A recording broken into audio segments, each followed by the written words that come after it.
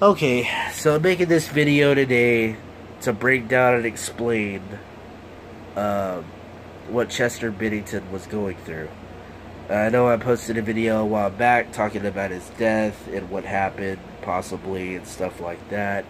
But I want to go ahead and make this video to explain what it's like being in his shoes. Um, I've suffered from a long time of, you know, uh, emotional distress and um, stuff like that.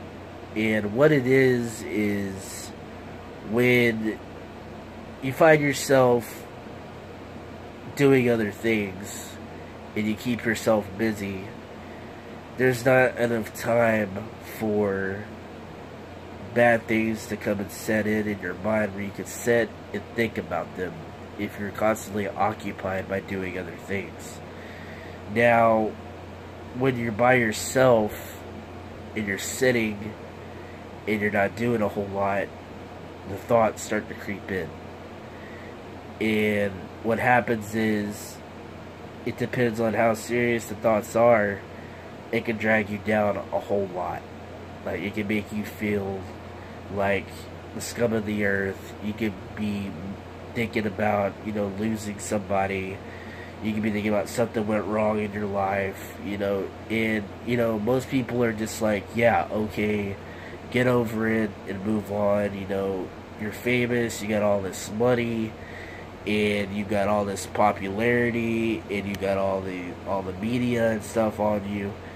It's not about the money, it's not about being popular, it's not about being famous. When this happens, you're down, and no matter what you feel like you can do, there's no way to crawl out of this deep hole that you're in. I found myself there plenty of times. I don't like being alone myself, because I keep myself occupied by doing other things, but eventually, when I'm by myself, thoughts start creeping in. Like, what could I have changed in my previous life to save this person? What could I have done different, to make this not happen? Could I go back and make a different decision and life be different? You know what I mean? It's those things like that that can make you depressed. They can make you, drag you down. You could be like in the slums and, be miserable. You can have all the money in the world and still be the most miserable person there is.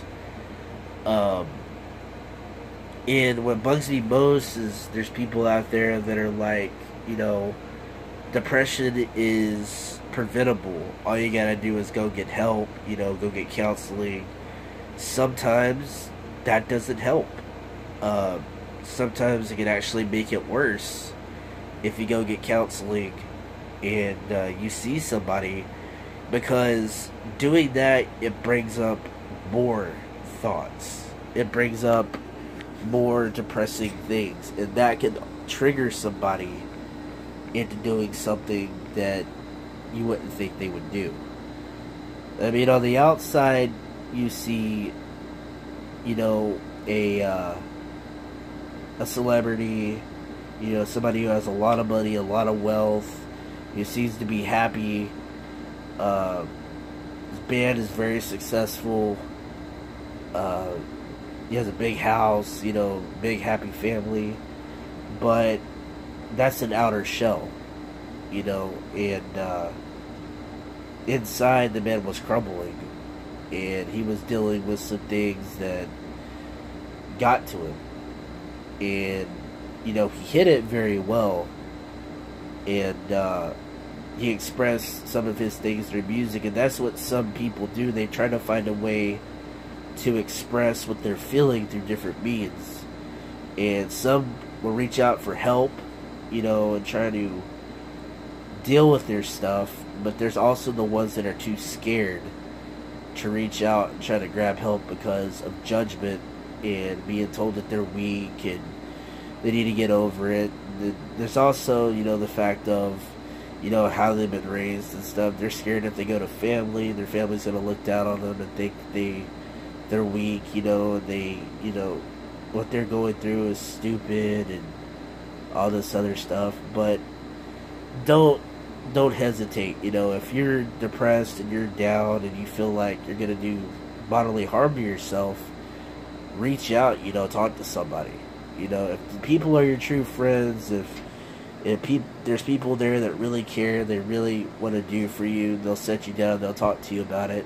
You ain't got to go spend a whole bunch of money getting a counselor and go through paperwork and all that stuff. It's just, I believe that depression is not taken care of like it should be. And that's what bugs me, is there are people out there still today that are taking their own lives because people don't want to take time to sit and hear what they have to say and take the time to help them. People are too worried about money and filling their pockets, and they're so worried about themselves that they don't want to help anybody else. Now, me and my own person, I help people as much as I possibly can.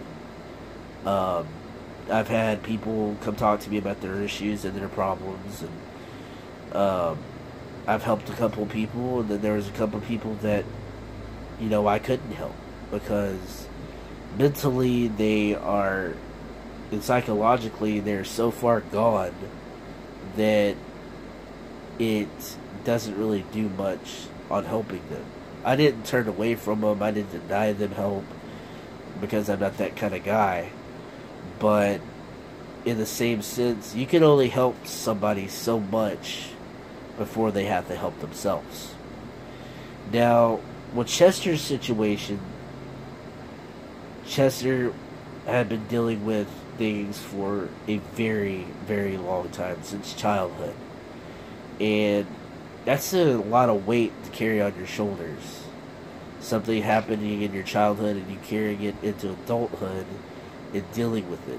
That's a lot of years with a lot of pressure, a lot of, you know, flashbacks, and a lot of, you know, thoughts. And eventually, when someone's plate is just too full, they break.